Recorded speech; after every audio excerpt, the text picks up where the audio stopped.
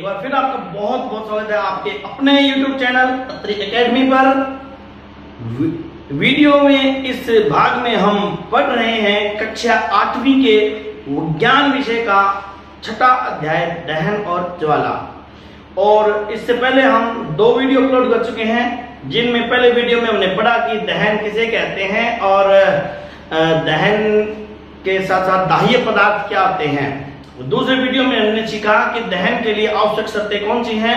हमने बताया था कि दहन के लिए मुख्य 3 आवश्यक शर्तें हैं: दाह्य पदार्थ की उपस्थिति, उपलब्धता, दूसरा ऑक्सीजन की उपलब्धता और तीसरा ज्वलन ताप। ठीक है, ये तीनों की तीनों अगर शर्तें पूरी होती हैं तो कोई भी दहन की क्रिया है वह प्रारंभ हो जाएगी। इन तीनों में से किसी एक के बिना भी दहन नहीं होगा।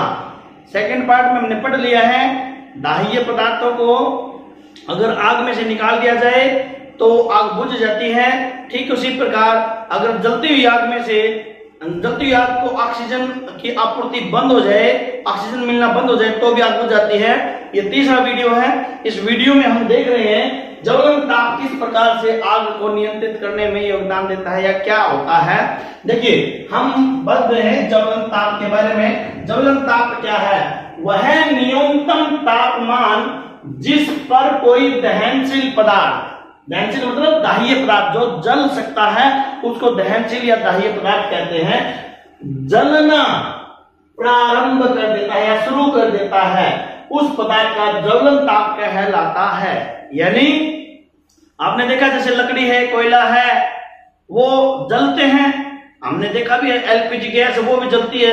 जैसे लकड़ी यहाँ रखी है, कोयला रखा है, जैसे ये लकड़ी का डस्टर है, ये रखा है, जल नहीं रहा। अगर इसी तरह से अगर ये देखो ये कपड़ा है, ये कपड़ा जो है ये अभी रखा हुआ है, यहाँ पे जल नहीं रहा। क्यों नहीं जल रहा? देखिए, ये किसी भी पदार्थ को जलने के लिए एक कम से कम एक निश्चित तापमान की आवश्यकता होती है। अगर तापमान उतना हो जाता है वह पदार्थ जलने लगता है। तो जिस तापमान पर कोई पदार्थ जलने लगता है उस तापमान को उस पदार्थ का ज्वलन ताप कहते हैं। उदाहरण के लिए देखिए, जैसे डीजल है, डीजल का ज्वलन ताप होता है 210 डिग्री सेल्सियस। कितना होता है? 210 डिग्री सेल्सियस। ठीक है, इसीलिए अगर डीजल यहाँ रखा हुआ है, औसतन जो हमारे कमरे का तापमान होता है, जैसे अभी यहाँ हम पढ़ रहे हैं, इस कमरे का जो तापमान है, अभी गर्मियों का समय है तो मान लीजिए अभी तापमान क्या होगा? करीबन 28 डिग्री सेल्सियस के आसपास होगा। ठीक है, सर्दियों में ये क्या है 5 डिग्री सेल्सियस तक भी चला जाता है। मान लीजिए ज्यादा सर्दी है तो 2 डिग्री सेल्सियस तक चला जाएगा। हम बात करें अपने भारतीय क्लाइमेट की। ठीक है, तो ये अगर बहुत अधिक गर्मी है तो ये तापमान क्या है? 40 से 45 डिग्री सेल्सियस, 45 डिग्री सेल्सियस तक भी हो सकता है। ये हमारे गर्मियों में होता है, जो बहुत अधिक गर्मी होती है। तो सामान्य इतना तापमान है। अभी यहाँ अगर डीजल रखा हुआ है, अगर मान के चले कि अभी गर्मी है, बहुत अधिक गर्मी है, अनुमानित मेरे हिसाब से आज का तो तापमान है वो 28 डिग्री सेल्सियस के आसपास है। ठीक है, तो इस तापमान पर यहाँ पे कमरे में रखा हुआ डीजल जलेगा नहीं, क्योंकि डीजल को जलने के लिए कितना चाहिए? 210 डिग्री सेल्सियस तापमान। ठीक है, ठीक इसी तरह से कागज होता है हमारे यहाँ, बहुत यहाँ पे कागज रखा हुआ है। जैसे मान के चलो ये एक पुस्तक है मैथमेटिक्स की, इसके अंदर कागज ही कागज रह रही, ये जल क्यों नहीं रही? इसलिए नहीं जल रही कि यहाँ कागज को जलने के लिए 233 डिग्री सेल्सियस तापमान चाहिए। इतना तापमान जब इसका हो जाएगा तो ये जलने लगेगी। और इसी तरह से मिट्टी का जो ज्वलन ताप होता है 220 डिग्री सेल्सियस मिट्टी के तेल का। और सफेद फास्फोरस होता है, उसका ज्वलन ताप बहुत कम, सबसे कम अभी तक जो है वो है 35 डिग्री सेल्सियस इन उदाहरणों में। ठीक है, तो एक होता है लकड़ी, लकड़ी का 300 डिग्री सेल्सियस। ये लकड़ी का अभी ये लकड़ी इसीलिए नहीं जल रही क्योंकि कमरे का तापमान लगभग 28 से 30 की रेंज में होगा। ठीक है, तो ये ज्वलन ताप क्या हो गया? अब आप समझ गए होंगे कि एक वस्तु जो ज्वलनशील है, जो जल सकती है, जैसे लकड़ी, कोयला, मिट्टी का तेल, पेट्रोल, डीजल, ठीक है, कागज, ये जल सकते हैं। लेकिन ये जलने के लिए इनको एक निश्चित तापमान चाहिए। कम से कम उतना तापमान जब होगा तो वो जल जाएंगे। तो जिस न्यूनतम तापमान पर कोई दहनशील पदार्थ जलने लगता है उस तापमान को हम उसका ज्वलन ताप कहते हैं। इसको क्रियाकलाप से समझते हैं। देखिए, क्रियाकलाप क्या है? हम कागज के 2 कप लेते हैं। आज के दिन आपने देखा हो ना, कागज के डिस्पोजल चाय पीने के लिए कप आते हैं। तो मान लीजिए ये कप है 1, ये ले लिया हमने कप 1। ठीक है, ये कप क्या है? 1 और दूसरा ये डिस्पोजेबल ग्लास क्या है, कप ये बी, कागज के बने हुए दोनों के दोनों, ठीक है। हमने दोनों ले लिए। हम कप ए में पानी भर देते हैं। इस कप ए में हमने क्या डाल दिया, ये कप ए है, हमने इसके अंदर क्या डाल दिया, पानी डाल दिया। ये क्या है, पानी, और ये क्या है, कागज का कप, ठीक है। ये भी क्या है, कागज का कप है। ये बी क्या है, और कप बी को खाली रहने देते हैं। अब हम दोनों कपों को जलती हुई मोमबत्ती की लो पर रख कर गर्म करते हैं। यहां हमने क्या लिया, मान लीजिए एक मोमबत्ती जला दी हमने, ठीक है, या बर्नर भी ले सकते हैं, जिस प्रकार से बर्नर होता है, ठीक है, गैस का बर्नर होता है। प्रयोगशाला में अगर हम इसको कर रहे हैं तो वहां पे गैस बर्नर होते हैं। और यहां भी हमने क्या लिया, एक मोमबत्ती ली और मोमबत्ती को जला करके इसको हमने शुरू कर दिया, ठीक है। अब क्या था, हम देखते हैं कि कप ए काफी देर तक गर्म करने के बाद भी नहीं जलता है। यहां ये मोमबत्ती है, जलती हुई मोमबत्ती, ये क्या है, जलती हुई मोमबत्ती, ठीक है, जलती हुई मोमबत्ती। यहाँ पे ये क्या है, आंच, ठीक है, आग है, ये आग इसको मिल रही है, आग से उष्मा, तो ये कप नहीं जला। क्या है, ऐसा इसलिए होता है कि कप ए में से उष्मा जल को स्थानांतरित होती रहती है। यानी जो उष्मा इस कागज के इस कप को यहां पे मिल रही है ना, इस आग से, ये कहां चली जाती है, जल में चली जाती है उष्मा। ये कप अपने पास नहीं रखता, ठीक है, ये कागज जो है ये अपनी सारी उष्मा को किसको देता रहता है, पानी को। अब जब उष्मा ये नहीं रखेगा तो इसका तापमान नहीं बढ़ेगा, और ये पानी कहां में जा रहा है, ये पानी कहां पे जाएगा ना, सॉरी, ये उष्मा कहां जाएगी, पानी में। तो उष्मा जब पानी में जाते हैं तो हम देखते हैं, पहले जब हमने पानी लिया था उसका तापमान कम था, और जब आग पर रख दिया तो ये पानी गर्म होना शुरू हो गया, क्योंकि 100 डिग्री सेल्सियस पे क्या पानी उबलने लगता है। और जब तक पानी सारा नहीं उबल जाएगा उसके बाद 100 डिग्री सेल्सियस से ऊपर तापमान नहीं जाएगा। कागज को जलने के लिए कितना तापमान चाहिए, 233 डिग्री सेल्सियस, ठीक है। तो ये पानी उबल जाएगा, उबलते हुए पानी में जब तक पानी पूरा वाष्प में नहीं बदल जाएगा, 100 डिग्री सेल्सियस से ऊपर तापमान नहीं जाएगा। और अगर तापमान 100 डिग्री सेल्सियस से ऊपर नहीं जाएगा तो जब तक इस कप में पानी है यह कप नहीं जलेगा, क्योंकि जलने के लिए क्या चाहिए, एक न्यूनतम तापमान चाहिए, जिसको हम ज्वलन ताप कहते हैं। इसीलिए ये जो कप ए है ये जलता नहीं है। जबकि, ठीक है, जबकि क्या है, ये क्या कहता है, जबकि कप बी का तापमान थोड़ी देर में ही ज्वलन ताप के बराबर हो जाता है, इसलिए कप बी जलने लगता है। अब ये जो कप यहाँ पे खाली है, तो इस कप की जो उष्मा है, ये कप की जो उष्मा है ये कहाँ है, इसी को मिल रही है। तो कप के कागज का जो तापमान वो बढ़ता चला जाता है, और एक टाइम आएगा जब इसका तापमान 233 डिग्री सेल्सियस के बराबर हो जाएगा, और उसी वक्त इसके अंदर क्या लग जाएगी, ये जलने लगेगा। ये क्या लगी, आग का, ये कप जल गया। तो इस प्रकार से हमने देखा कि एक तापमान बहुत अनिवार्य घटक है। किसी भी पदार्थ के जलने के लिए एक निश्चित तापमान होता है जो आवश्यक है। इस तापमान को हम बोलते हैं ज्वलन ताप। अगर किसी भी प्रकार से ज्वलन ताप अगर उस पदार्थ का उसको प्राप्त नहीं होता है, यानी किसी पदार्थ जो जलने में सक्षम है, जो जल सकता है, जलने योग्य है, अगर उसका तापमान ज्वलन ताप के बराबर नहीं होता है तो वह जलेगा नहीं। यही कारण है कि कमरे में रखी हुई जो दहनशील पदार्थ है, जैसे लकड़ी है, कोयला है, पेट्रोल है, मिट्टी का तेल है, डीजल है, ये रखे हुए हैं लेकिन जल नहीं रहे, क्योंकि सामान्यतः मैंने भी आपको बता दिया, सर्दियों में भारतीय परिवेश की बात कर रहा हूँ, भारतीय जलवायु, कम से कम तापमान कम रहेगा, 2 डिग्री सेल्सियस हो सकता है, इससे ज्यादा तो होगा नहीं, ठीक है, इससे कम भी नहीं होगा, और इससे ज्यादा हो सकता है, इससे कम नहीं होगा। और गर्मियों में अगर अभी जैसे मैंने बता, तापमान इसके आसपास चल रहा है, अधिकतर ये 47 डिग्री सेल्सियस तक हो सकता है। तो इन सब से ऊपर सभी का तापमान, मिट्टी के तेल का भी, लकड़ी का भी, ज्वलन ताप, डीजल का भी, कागज का भी, इसीलिए ये जलते नहीं है। एक उदाहरण मैंने यहाँ पे लिखा है, जानबूझ के लिखा है, ठीक है, पूरा सोच कर लिखा है।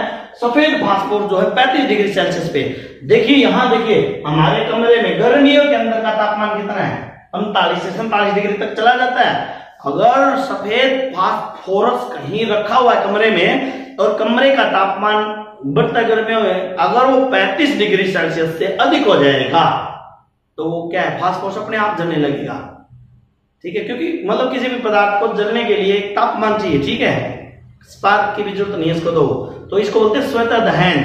हम आगे पढ़ेंगे कि दहन के विभिन्न प्रकार कौन कौन से हैं, तो ये स्वतः दहन, अभी हम पढ़ लेते हैं इस बात को, ठीक है। तो इस प्रकार से हमने देखा कि तीन शर्तें होती है किसी भी पदार्थ के जलने के लिए। एक तो होता है दाह्य पदार्थ की उपस्थिति, ठीक है, उपलब्धता, सॉरी। दूसरा होता है ऑक्सीजन की उपलब्धता और तीसरा होता है कि ज्वलन ताप की उपलब्धता, ठीक है। अगर दाह्य पदार्थ नहीं है तो आग जलेगी ही नहीं। दूसरी बात, दाह्य पदार्थ है लेकिन ऑक्सीजन नहीं है तो भी आग नहीं जलेगी।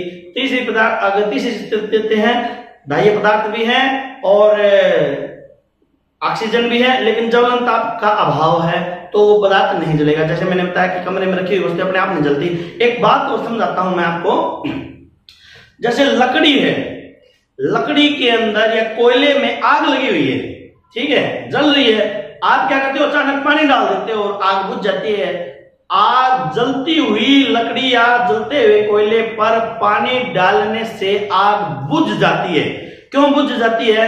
देखिए, जब हम जलती हुई लकड़ी या कोयले पर पानी डालते हैं तो पानी डालते ही जो लकड़ी या कोयला जो भी दहनशील पदार्थ है उसका तापमान जो है वो ज्वलन ताप से कम हो जाता है। मान लीजिए अगर लकड़ी जल रही है तो लकड़ी का तापमान कितना होगा, 200 डिग्री सेल्सियस। पानी का तापमान क्या है, कम है। तो जैसे ही जलती हुई ये लकड़ियां हैं, जलती हुई लकड़ियों के ऊपर जो ये लकड़ियां जल रही है ना, इन जलती हुई लकड़ियों के ऊपर जैसे ही पानी डाला जाएगा ना, ये हमने क्या डाल दिया, पानी, ठीक है, जल, ठीक है, डालते क्या आग बुझ जाएगी। आग के बुझने का कारण क्या है, ज्वलन ताप कम हो गया। लकड़ियां दहनशील तो है ही, ऑक्सीजन भी यहाँ पे है, हमने पानी डाल दिया तो क्या हुआ, तापमान कम कर दिया तो आग बुझ गई, ठीक है। तो ये तो क्रियाकलाप किया है, इससे हमारे को स्पष्ट हो गया है, ठीक है। ये सब चीजें हमने जान ली। इस जानकारी का उपयोग हम करते हैं आग को नियंत्रित करने में, ठीक है। जब कभी भी आग लगती है तो आग को नियंत्रण करने में जो सहजता होती है, इन तीनों में से जो सहजता से किया जा सकता है उसका इस्तेमाल करते हैं। जैसे किसी भवन में आग लगी हुई है, बहुत बड़ा भवन है, उसमें आग लग गई, ठीक है, तो क्या करते हैं हम, अग्निशामक विभाग में जो होता है फायर ब्रिगेड, ठीक है ना, आग बुझाने वाली गाड़ी, दमकल, ठीक है, दम का मतलब होता है आग, दमकल यानी, तो वहां पर हम दमकल कर्मियों को फोन करके गाड़ी बुलाते हैं। फायर ब्रिगेड की गाड़ी आती है और वो पानी के बहुत तेज प्रेशर के साथ बहुत ज्यादा पानी बहती है तो क्या है, जो ये जो आग है वो बुझ जाती है, आग पर नियंत्रण हो जाता है, ठीक है, क्योंकि पानी डालने से जो पदार्थ जल रहे थे उनका ज्वलन ताप कम हो गया, तो ये आग पर नियंत्रण हो गया। दूसरा हमने उदाहरण लिया कि कोई व्यक्ति है, उसके कपड़ों में आग लगी हुई है, थोड़ी सी ज्यादा बड़ी मात्रा में आग नहीं है, चाहो तो आप उसके ऊपर एकदम पानी डाल दो, पहली आग बुझ सकती है। दूसरा, मान लीजिए वहां पानी उपलब्ध नहीं है तो कोई बड़ा कपड़ा लेकर के जो मोटा, उसको एकदम से पूरे के पूरे इस व्यक्ति को ढक दो तो भी आग बुझ जाएगी। तो इस प्रकार से हम आग को नियंत्रित कर सकते हैं। लेकिन यहाँ प्रश्न और उठते हैं कि क्या सभी पदार्थों में लगी हुई आग को हम पानी डालकर बुझा सकते हैं? अगर हम बात करते हैं पेट्रोल की, ठीक है, पेट्रोल क्या होता है, वो आग से हल्का होता है और दहनशील पदार्थ है। मान लीजिए पेट्रोल में आग लगी हुई है या फिर विद्युत उपकरणों में आग लगी हुई है, तो अगर हम विद्युत उपकरणों में लगी हुई आग को पानी से बुझाएंगे तो आग को बुझाने वाले व्यक्ति को खतरा हो सकता है, उसको विद्युत उपकरणों के अंदर जो विद्युत आपूर्ति हो रही है उस विद्युत आपूर्ति के कारण झटका लग सकता है जो खतरनाक हो सकता है और आग बुझाने वाले के ऊपर किसी भी प्रकार से कोई संकट आ सकता है। तो विद्युत उपकरणों में लगी हुई आग को हम पानी से नहीं बुझा सकते। दूसरा होता है कि तेल में लगी हुई आग को भी हम पानी से नहीं बुझा सकते। अगर तेल गर्म हो गया है, उसका तापमान ज्वलन ताप के बराबर हो गया है, मान लीजिए चाहे वो डीजल है, उसका तापमान 210 डिग्री है और मिट्टी का तेल है 220 डिग्री है, लकड़ी का तेल 300 डिग्री, सॉरी वो क्या बोलते हैं, पेट्रोल है उसका और भी कम होता है, ठीक है। तो अगर ये तापमान इतना है तो तेल में लगी हुई आग को क्या हम पानी के साथ बुझा सकते हैं? तो हमारा उत्तर क्या होगा, तेल में लगी हुई आग को हम पानी से नहीं बुझा सकते। क्यों? तेल में जो आग लगती है, ठीक है, अगर हम उसको पानी से बुझाते हैं तो तेल का घनत्व कम होने के कारण, यानी तेल पानी से हल्का होने के कारण पानी के ऊपर तैरने लगेगा, ठीक है, क्लियर, पानी के ऊपर तैरता रहेगा तो पानी तो नीचे रह गया और उसको ऊपर तीनों चीजें मिलेंगी क्योंकि वो वाले से जल रहा है, ठीक है, खुद दहनशील है, दाह्य पदार्थ हो गया, ऑक्सीजन बाहर मिल रही है और लगातार जलते रहने की वजह से उसका तापमान भी वो स्थिर रह पाता है, ठीक है, तापमान ज्वलन ताप तक मेंटेन रहता है। इसलिए हम कोई दूसरी युक्ति का इस्तेमाल करते हैं। ठीक है, वह दूसरी युक्ति क्या है अभी मैं आपको बताता हूं। देखिए अब हम पढ़ते हैं कि अग्निशामक यंत्र। अग्निशामक यंत्र क्या होता है? वह यंत्र जिसका प्रयोग आग को बुझाने के लिए किया जाता है अग्निशामक यंत्र कहलाता है। देखिए एक शब्द है ना अग्निशामक, समन का मतलब कहता है, समन का मतलब कहता है नष्ट करना, समन का मतलब कहता है नष्ट करना या मारना। ठीक है, तो क्योंकि ये यंत्र क्या करता है आग को नष्ट करता है, यानी आग को समाप्त करता है, आग को बुझा देता है, इसीलिए इस यंत्र का नाम क्या हो गया अग्निशामक यंत्र। ठीक है, आपको विज्ञान पढ़ते समय आपकी हिंदी की जानकारी और हिंदी के जो शब्दावली है वो भी बहुत अच्छी सुदृढ़ होनी चाहिए। ठीक है, कई बार तो हम अगर शब्दों को देखें तो जैसे अग्निशमन, समन का मतलब क्या है नष्ट करना, आग को जो बुझा दे उसको बोलते हैं अग्निशामक, शामक यानी बुझाने मारने वाला, नष्ट करने वाला। तो जो यंत्र आग को बुझाने के लिए प्रयोग किया जाता है उसको अग्निशामक यंत्र कहते हैं। इसमें क्या होता है कार्बन डाइऑक्साइड गैस भरी होती है। कार्बन डाइऑक्साइड गैस का सूत्र होता है CO2, C बड़ा और O बड़ा और 2 छोटा, CO2 याद रखिएगा। तो जो आग को बुझाती है ये जो कार्बन डाइऑक्साइड गैस होती है ये ऑक्सीजन से भारी होती है।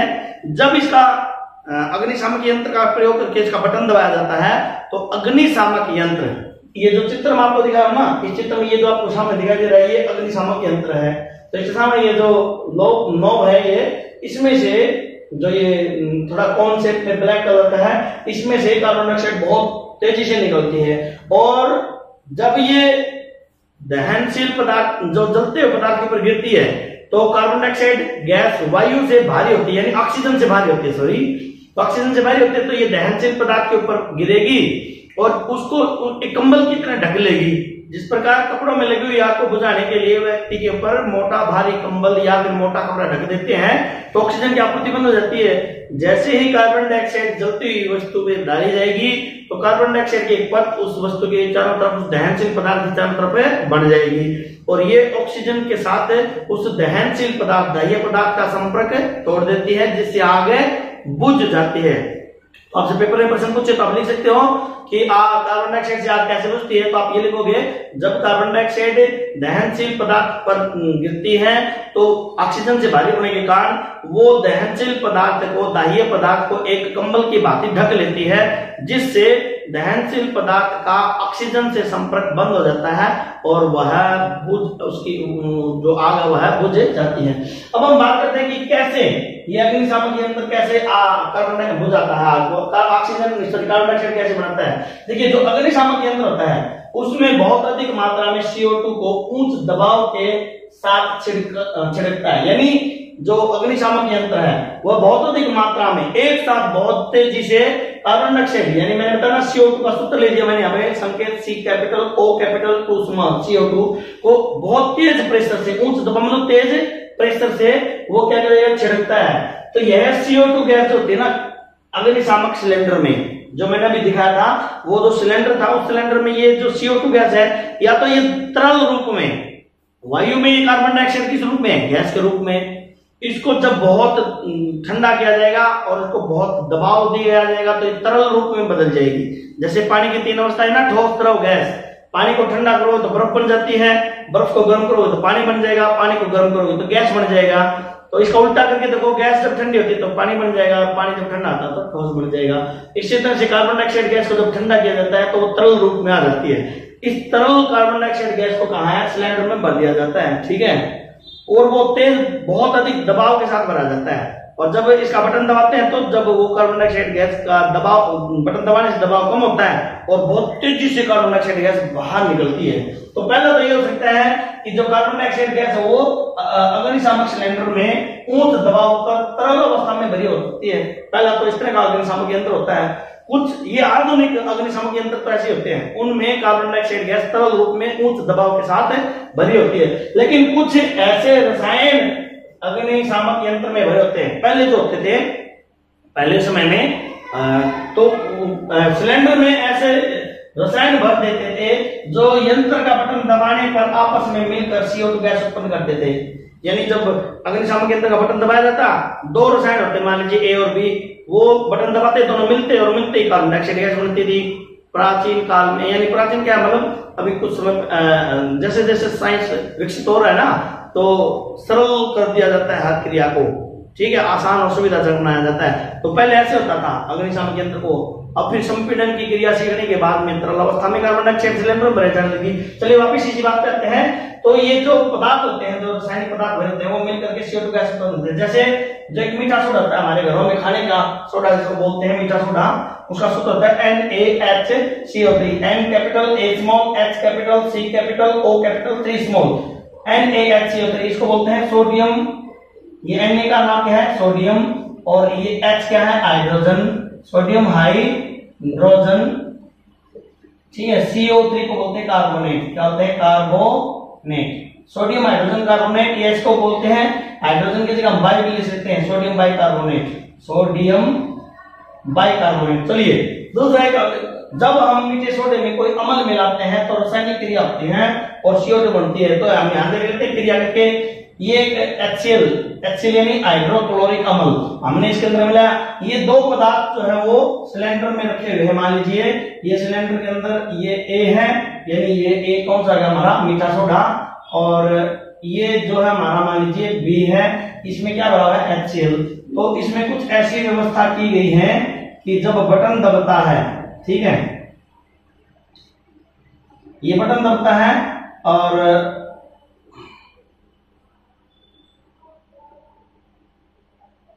ठीक है, ये जब बटन दबेगा, इस बटन को मान लीजिए बटन है, इस बटन को जब दबाया जाएगा, ठीक है, दबाने पर ये दोनों बोतलें टूट गई। टूटते ही क्या हुआ? ये दोनों का संपर्क बन गया। संपर्क बनते क्या है? NaCl बनेगा, H2 बनेगा, CO2 गैस बनेगी। ये क्या है? Carbon dioxide gas. और ये कार्बन डाइऑक्साइड गैस बहुत तेजी से बाहर निकलेगी और ये आग हो जाएगी। समझा देता हूं कैसे। देखिए ये क्या है? हाइड्रोक्लोरिक अम्ल, सूत्र क्या है? HCl। ये क्या है? NaHCO3। यहाँ क्या होता है? ये जो Cl होता है ना, ये Cl और ये जो Na है, ये दोनों U मिलेंगे और ये क्या बन गया? देखो NaCl बन गया बेटा। अभी क्या होता है? अब ये हाइड्रोजन है, एक हाइड्रोजन, ये कितने हाइड्रोजन हो गए? हाइड्रोजन हो गए 2, ठीक है। यहाँ पे ऑक्सीजन कितनी है? 3। O कितने हैं? 3। एक ऑक्सीजन इसमें निकाल देंगे, इसके साथ जोड़ दी, यानी ये 2 है। अगर मैं CO3 को यूं लिख देता हूं, CO2 और O, ठीक है, और ये हो गया H और ये क्या हो गया? Na। और HCl को यूं लिखता हूं, HCl को थोड़ा इधर लिख देता हूं, ये क्या HCl हो गया। तो ये क्या हो गया? NaCl, ठीक है। और ये क्या हो गया बेटा? H दो मिल गया H और ये ऑक्सीजन H2O, ठीक है। और ये क्या हो गया? CO2। तो ये क्या हो गया हमारा? NaCl। और ये हाइड्रोजन इस CO3 में से एक ऑक्सीजन ली, CO3 में से एक ऑक्सीजन ले ली, ये क्या हो गया आपका? H2O। और क्या हो गया? ये CO2, कार्बन डाइऑक्साइड गैस। इस प्रकार से कार्बन डाइऑक्साइड गैस बनती है, ठीक है। तो ये हमारी युक्ति है अग्निशामक यंत्र के द्वारा। ये बड़ा सुविधाजनक होता है। और तेल में लगी हुई आग और विद्युत उपकरणों में लगी हुई आग, ठीक है, इनको बुझाने के लिए हम अग्निशामक यंत्र का प्रयोग करते हैं। ये सरल भी होता है, सुविधाजनक भी है और इसके प्रयोग में किसी प्रकार का कोई खतरा नहीं होता है। वीडियो में अभी के लिए इतना ही बहुत है। हम पहले वीडियो, सेकेंड पार्ट और ये थर्ड पार्ट में हमने आग को कैसे नियंत्रित किया जाता है ये बात को अच्छे से सीख लिया है, क्रियाकलाप भी करके देखे हैं।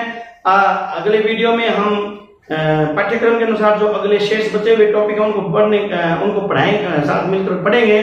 तब तक बने रहिए आप अपने चैनल अति एकेडमी पर। अगर आप इस वीडियो को पहली बार देख रहे हैं और चैनल को सब्सक्राइब नहीं किया है तो आप चैनल को सब्सक्राइब कीजिए। वीडियो अगर आपको पसंद आया तो लाइक कीजिए, अधिक से अधिक अपने दोस्तों में इसको शेयर कीजिए ताकि मैं आप तक इस तरह के जो वीडियो है वो लाता रहूं। Thank you very much being here with Atri academy YouTube channel. फिर मिलते हैं एक नए वीडियो के साथ।